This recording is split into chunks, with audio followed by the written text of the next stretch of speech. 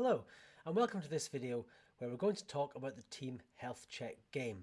Now this is one of the most useful games in the whole set for a couple of reasons. One, you don't need to know really anything about Essence or indeed any practices to get some value from it. And two, by playing the game you actually learn quite a lot about Essence and about some of the benefits that you can get. So it kind of serves a purpose in more than one way.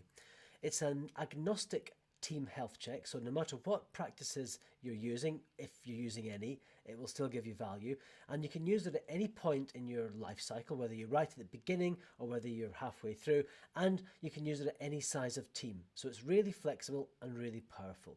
So let's dive in and have a look at what it's all about. So here's the game board. What I've done is I've clicked on the team health check from my list of games. That's from the quick start. And the first thing I've got to do is a couple of choices. The first choice is what scope do I want to apply my health check to? Now our choices are the 7 areas. The opportunity, which is about the circumstances that makes it appropriate to do some work. Our stakeholders, which are the people or organisations or groups that are affected by the work that we're doing. The requirements that will shape and specify the work that we're going to do and help address that opportunity for those stakeholders. The actual solution, our software system if it's software, or our system if it's wider, which is the thing that's created by the team.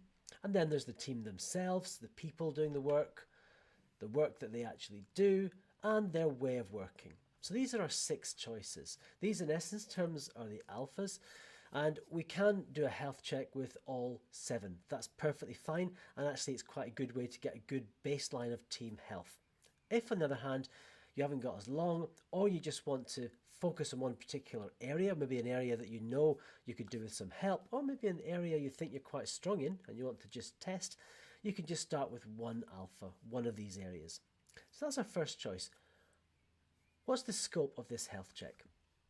Our second choice is how do we want to play the game? And there's 4 game boards that I've provided here for you to choose between. At one end, it's the one that we're looking at just now, and that's a really simple one. It's just got each of these tokens, and we work our way through using the panel on the right to choose the state and tick the checkboxes. The second option gives us this view, so we can see for each of our areas which states we want to be considering, and then as we begin ticking these states we can see what progress is being made. So we can see how many of our checkboxes are filled in and which states might have some gaps. The third way we can play the game is by looking at the cards in a static view. So we can see the cards and we can actually click or deselect on the card and we can see what we're doing. So this is a nice way to do it. We can see all the checklists, at least the headlines, and if we want to see the detail we can click over here and see the detail of that checklist item. And the final way that we can play the game is very similar to the third, and this simulates playing the game in person, because the other way you can play the game is by getting a deck of cards. I've got a deck of cards here. It's exactly the same information that's on the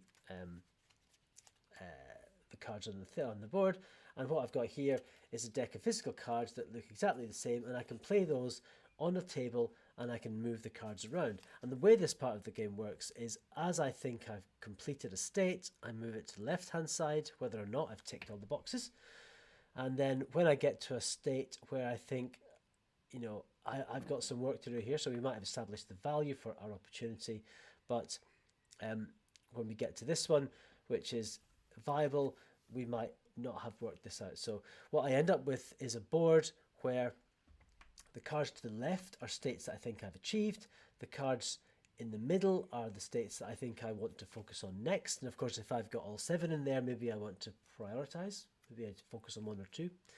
The ones to the right then are states that I'll be achieving later, they're further work, and maybe I'll take some of the states, like say for example system retired here, maybe that's not my team's job, so maybe I just move that one out of the way. So cards on the far right would then be cards that are not in the scope of my team. So depending on how interactive we want to be, and depending on how many alphas that we want to run this over, it might be sensible sometimes to go for the simple one or one of the more rich ones. So you can choose how you want to play the game. Maybe try it one or two different ways and see how you get on. And of course, how you play the game is up to you as well. Now, ideally, what we'll probably want to do is to play it in an interactive and collaborative way. So that probably means that it's not the same person asking the question and proposing the answer each time. So maybe around your team you take it in turns. So the first person says, opportunity identified. The idea behind the opportunity identified, I think that we should tick that. Does everybody agree? Everyone says yes, or perhaps not. And then the next person says, at least one investing stakeholder interested. Yeah, I think that's true. Do we all agree? Yes, let's tick it. And you take it in turns. Stops the highest paid person's opinion dominating, the hippo factor, and it makes sure everybody's engaged and actually feeling that they're part of the game and they're not just watching the team leader give them the answers. You can do that by a card at a time. You can also play it in parallel, where you split into 2 or 3 and one half does one alpha or one set of states and the other does the other. Now, there's a couple of things that are really important about this game. One is that the states are things to achieve, the outcomes. They're not telling us how to get there. They're not telling us what to do. They're telling us what we achieve. So, for example, it says stakeholder needs established. And it says here, the stakeholder needs that generate the opportunity have been established. It doesn't tell me what it means to be established, or how they've been established, or how I'll know they've been established, or whether the stakeholders know that they've been established. So with each of these checkpoints, we often find they raise a lot of questions. And it's often the case that teams think they can tick it, but they're not too sure. So sometimes they need to go and find out. And that's where you can start using some of the other features of the tool. So we can either take a sticky note and say, well, let's take the stakeholder needs one. You make a note and say, check the stakeholders know what needs we think we are addressing. So I've got a little note here to remind me that that is something I want to do, and then I can go back and tick that. Now I can do that in a couple of different ways. So I just copy this while I'm here. So I can take that here and I can leave it on the board as a sticky note. On this particular state, we've got this option to have a to-do, and I can add a new to-do. And if I do that here, it's going to tell me why I've thought to write this down, because it knows where I asked for a to-do. It knows that it was about the opportunity and getting to the solution needed, and it's proposing, maybe it's about getting us to that state being achieved. So what we can do is we can put a note in here. And what does that actually mean? So that might be talk to stakeholders about their needs, and I can create a to-do to remind me of that. And I can access these to-dos against these parts of the alpha where I created it, and then in the team room itself they'll all be collected together. Now the other way I can create a to-do actually is on this sticky note. I can turn that straight into a to-do here, and that turns that whatever was in the note becomes the name of the to-do, and then I can edit it and I can put in more details if I want to. So I've got a couple of ways of creating reminders as I go through this game. And that's what I generally recommend, is as you come up with things, don't spend too much on one question, too much time on one question. If you're spending more than 30, 40, 50 seconds, you're probably needing to take an action and go and find out the answer, because probably you haven't got enough information to be confident that you can tick that off where you are. So once we've played this game and we've taken our alphas that we've put in scope and we've played the game, we might end up with something that looks a bit like this. So here's just in terms of the visual, you can see this particular one has got cards scattered across, and you can see from the shaded in bits there's some gaps.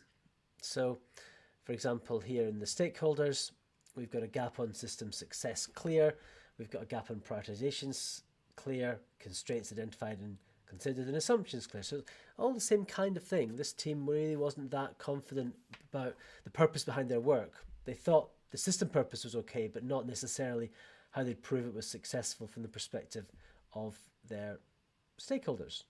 So they've got a bit of work to work out. Are they confident that they understand everything and the constraints around their system? So where this gets really interesting is in a situation like this. So here we've got 1, 2, 3, 4 states that we think we have achieved. And yet right back at number 2, we've got some gaps. What this gives us is a really good leading indicator of risk, because we're not sure we've identified the problems and root causes that this opportunity needs to be addressed. And we're not sure the need for a solution has been confirmed, even though we've got a solution and we think we understand what our stakeholders need. Now, the chances are that's okay. It's just a case of we haven't asked and we're not 100% sure. But let's imagine for a second that this is the case, that there is no need for a solution confirmed. Perhaps the stakeholders that were around when the project was conceived have left, and maybe their replacements are not so keen that this is the right need that a solution is required to address. So spotting this isn't ticked, or spotting we're not 100% sure we can tick this, prompts that conversation with the right people to get confirmation of whether it's a tick or not a tick. And if it's not a tick, that presents a risk that we can address and potentially save ourselves a lot of time and money and hassle, because we can address it now than if we didn't spot that at the point when perhaps, for example, we were trying to get stakeholder sign-off. So just by looking at the patterns, we can also see, come up to the top one, we can see where we've got some risk, and we can see where we've got some trends, and we can click on these and we can see what's going on in this team, and we can generate ourselves some actions. And then once we've got some actions, we can prioritize them and put the actions that we want to prioritize into to-dos and make sure that we address them. So this is the Team Health Check game. 2 parts to it, well, 3 parts to it. Choose the scope, and that includes the scope of the thing that you're assessing. Is it one team? Is it lots of teams? Is it one part of a product or a whole product? What is the scope of the whole system or thing that we're assessing? How many alphas do we want to include in our assessment, in our health check? And of the 4 different presentations of the game, which one works for us? Which one would we like to do? And then once we've played the game, answered the questions, we probably have a lot of actions, we probably have a lot of unanswered questions, and that gives us a really good baseline as to how healthy we are as a team, how much uncertainty there is with our work, and also where we're strong, where we're doing really well. We've got very high confidence that we're doing the right things. Always an interesting question to ask if you're facilitating sessions like this, especially if people are very confident they can tick something. Ask them how they know that, or where would I find proof of that? Or how could you convince me that that's true? Because sometimes people think things are true, but they aren't written down, especially when it comes to things that perhaps can be written down, like definitions of done, or the approach or leadership style, things like that. So these are really good kind of conversation starter questions. Okay, so that's us having a look through our Team Health Check game. One of the most powerful games in Essence, partly because you need to know nothing about Essence to get value from it. These are just normal, sensible questions that any team should be able to ask. But also because by playing the game, you get a real good feel for what states a team goes through, and whether those states are states that you think your team is going to be really comfortable with, or do you need some practices to give you some extra help and support to move you through those states and get you from your opportunity being identified through to your solution being complete and your stakeholders deriving value from it, which is, of course, the purpose of every team.